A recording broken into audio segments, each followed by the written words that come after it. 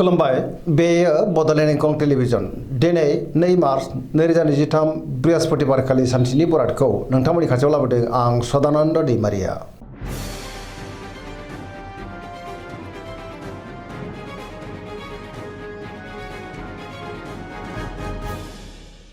सिगां फरायनो लादों मेष राशि गिबि हांखो अ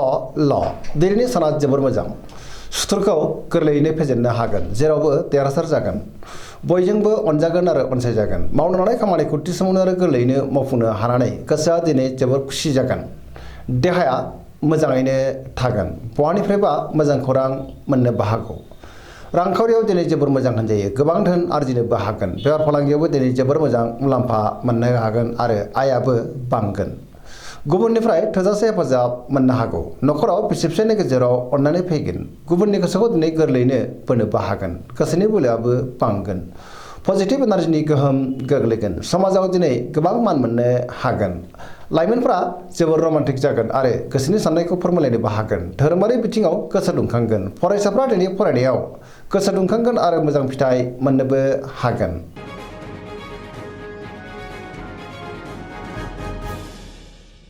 वृष राशि गिबि हांखो इ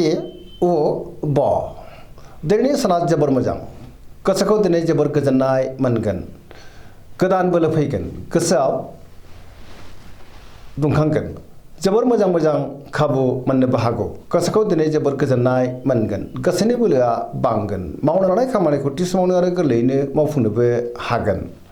रांखावरियाव दिनै जोबोर मोजां होनजायो गोबां धोन आरजिनोबो हागोन बेफार फालांगियावबो दिनै जोबोर मोजां मुलाम्फा मोनगोन आयाबो बांनो हागौ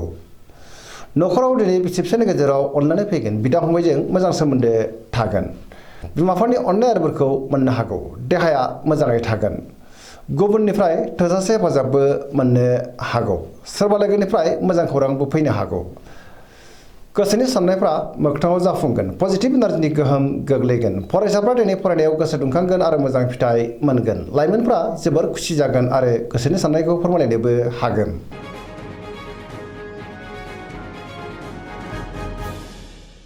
मिथुन राशि गिबि हांखो क स दिनैनि साना जोबोर मोजां पजिटिभ एनार्जिनि गोहोम गोग्लैगोन गोसोआ दिनै जोबोर खुसि जागोन गियाननि आंखाल जानाय नङा गोथों आरो गोग्गो साननो रोंगोन गुबुननि थाखाय गोबां मोजां खामानि मावनानै होनोबो हागोन देहाया मोजाङै थागोन अब्लाबो नाथाय जानाय लोंनायाव सांग्रां जायोब्ला गाहाम रांखावरियाव मोजां आयाबो दिनै बांनो हागौ बेफार फालांगियाव जोबोर मोजां मुलाम्फा मोनगोन नखराव बिदा फंबायनि गेजेराव मोजां सोमोन्दो थागोन आरो बिमा बिफाजों अनजागोन आरो मोजां मोनजागोन गोसोनि बोलोआबो बांनो हागौ मावनो लानाय खामानिखौ थि समावनो आरो गोरलैयैनो मावफुंनो हागोन सोरबा लोगोनिफ्राय मोजां खौरां फैनोबो हागौ गुबुनजों दिनै मोजां सोमोन्दो लाखिनोबो रोंगोन बहाबा थाङोब्ला दिनै जोबोर मोजां आरो मोजाङैनो हान्थिनोबो हागोन लाइमोनफ्रा जोबोर रमान्टिक जागोन आरो गावबा गावनि गोसोनि साननायखौ फोरमायलायनोबो हागोन।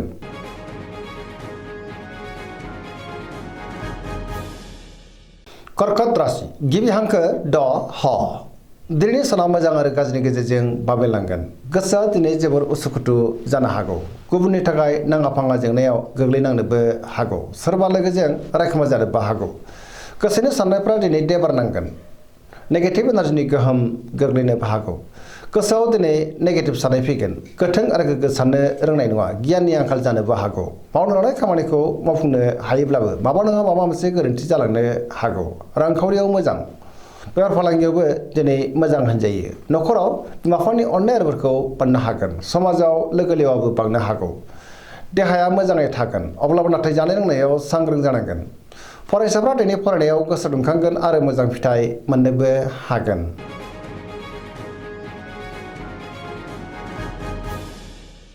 सिंह राशि गिबि हांखो म ट दिनैनि साना जोबोर मोजां गोसोनि बोलोआ बांगोन गोसोआव दिनै पजिटिभ साननाय फैगोन गोथों आरो गोग्गो साननो रोंगोन गियाननि आंखाल जानाय नङा मावनो लानाय खामानिखौ थि समावनो आरो गोरलैयैनो मावफुंनोबो हागोन सोरबा लोगोनिफ्राय मोजां खौरां फैनोबो हागौ बहाबा दावबायनो एबा हान्थिनो खाबु मोनगोन रांखावरियाव जोबोर मोजां गोबां धोन आरजिनोबो हागोन बेफार फालांगियावबो दिनै जोबोर मोजां मुलाम्फा मोनगोन गोसोनि साननायखौ दिनै गुबुननो फोरमायनोबो हागोन नखराव बिसि फिसायनि गेजेराव अननानै फैगोन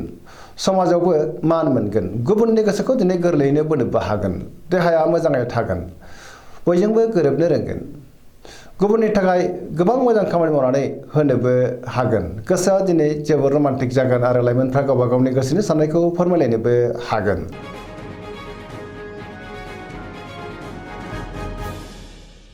कन्या राशि गिबि हांखो फ ट दिनैनि साना जोबोर मोजां गुबुननि थाखाय गोबां मोजां खामानि मावनानै होनोबो हागोन गोसोआव दिनै पजिटिभ साननाय फैगोन गोथों आरो गोग्गो साननो रोंगोन गियाननि आंखाल जानाय नङा मोनफ्रोमबो खामानिखौनो दिनै मोजाङैनो मावफुंलांनो हागोन सिगांनि बबेबा आद्रा खामानियाबो दिनै मावफुंजानो हागौ रांखावरियाव मोजां बेफार फालांगियावबो मोजां होनजायो देहाया दिनै मोजाङैनो थागोन नखराव बिसि फिसायनि गेजेराव अननानै फैगोन गुबुननि थाखाय गोबां मोजां खामानि मावनानै होनो हागोन आरो गोसोआ दिनै जोबोर गोजोनगोन पजिटिभ एनार्जिनि गोहोम गोग्लैनो हागौ धोरोमारि बिथिङावबो गोसो दुंखांगोन सेंग्रा सिख्लाफ्रा दिनै मोजां खौरां मोननोबो हागौ आरो गोसोनि साननायखौ फोरमायलायनोबो हागोन।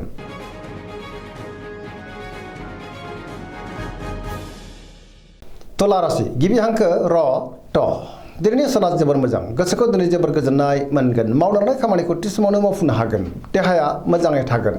बहाबा हान्थिनो एबा दावबायनो खाबु मोननो हागौ आरो मोजाङैनो हान्थिनोबो हागोन रांखावरियावबो दिनै जोबोर मोजां होनजायो बेफार फालांगियावबो दिनै जोबोर मोजां मुलाम्फा मोनगोन नखराव बिसि फिसायनि गेजेराव अननानै फैगोन सोरबा लोगोनिफ्राय मोजां खौरां मोननो हागौ समाजाव दिनै मान मोनगोन गुबुननि गोसोखौ गोरलैयै बोनोबो हागोन लोगोफोरनिफ्राय थोजासे हेफाजाब मोननो हागौ गोदान थांखि लानो रोंगोन सेंग्रा सिख्लाफ्रा जोबोर रमान्टिक जागोन आरो गावबा गावनि गोसोनि साननायफोरखौ फोरमायलायनोबो हागोन पजिटिभ एनार्जिनि गोहोम गोग्लैगोन।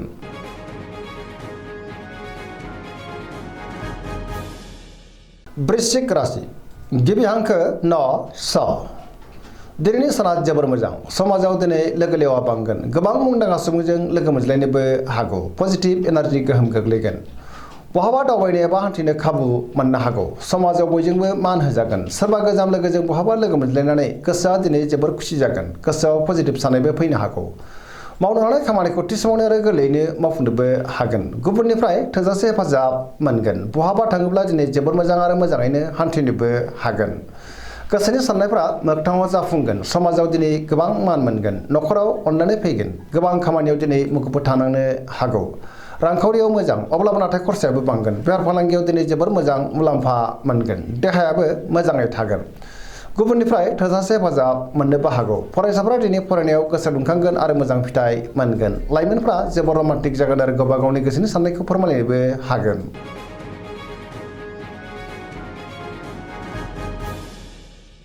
धनु राशि गिबि हांखो ध फ भ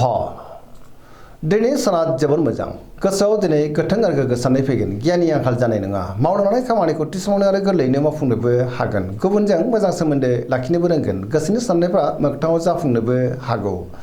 रांखावरियाव दिनै जोबोर मोजां होनजायो गोबां धोन आरजिनोबो हागोन बेफार फालांगियावबो दिनै जोबोर मोजां मुलाम्फा मोननो हागोन आरो आयाबो बांनो हागौ समाजाव बयजोंबो मान होजागोन देहायाबो दिनै मोजाङैनो थागोन अब्लाबो नाथाय जानाय लोंनायाव सांग्रां जानांगोन नखराव दिनै अननानै फैगोन बिदा फंबायनिफ्राय थोजासे हेफाजाब मोननो हागौ लाइमोनफोरनि गोसोआ दिनै जोबोर रमान्टिक जागोन आरो गावबा गावनि गोसोनि साननायखौ फोरमायलायनोबो हागोन धोरोमारि बिथिङावबो दिनै गोसो दुंखांनो हागौ।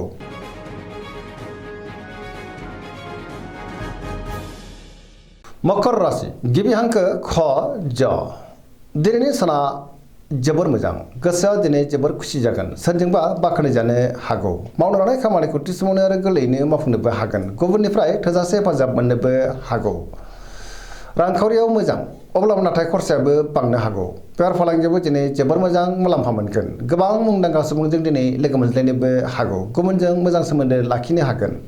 मोनफ्रोमबो खामानिखौ दिनै गोरलैयैनो मावफुंनो हागोन आरो सिगांनि बबेबा आद्रा खामानियाबो दिनै मावफुंजानो हागौ गोदान खामानियावबो दिनै आखाइ होजेननो हागोन नखराव बिसि फिसायनि गेजेराव अननानै फैगोन बिदा फंबायनिफ्राय थोजासे हेफाजाब मोननो हागौ सेंग्रा सिख्लाफ्रा गावबा गावनि गोसोनि साननायखौ फोरमायलायनो हागोन फरायसाफ्रा दिनै फरायनायाव गोसो दुंखांगोन आरो मोजां फिथाइ मोननोबो हागोन।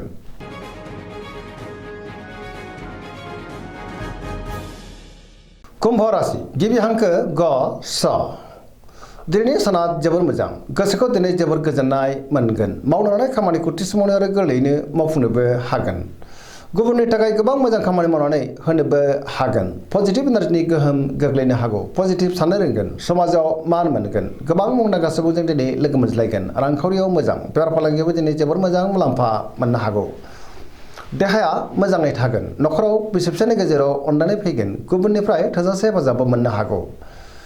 सोरजोंबा बाख्नाय जानोबो हागौ बहाबा दावबायनो एबा हान्थिनो खाबु मोनगोन आरो मोजाङैनो हान्थिनोबो हागोन पजिटिभ एनार्जिनि गोहोम गोग्लैगोन लाइमोनफ्रा जोबोर खुसि जागोन आरो मोजां खौरां मोननोबो हागौ।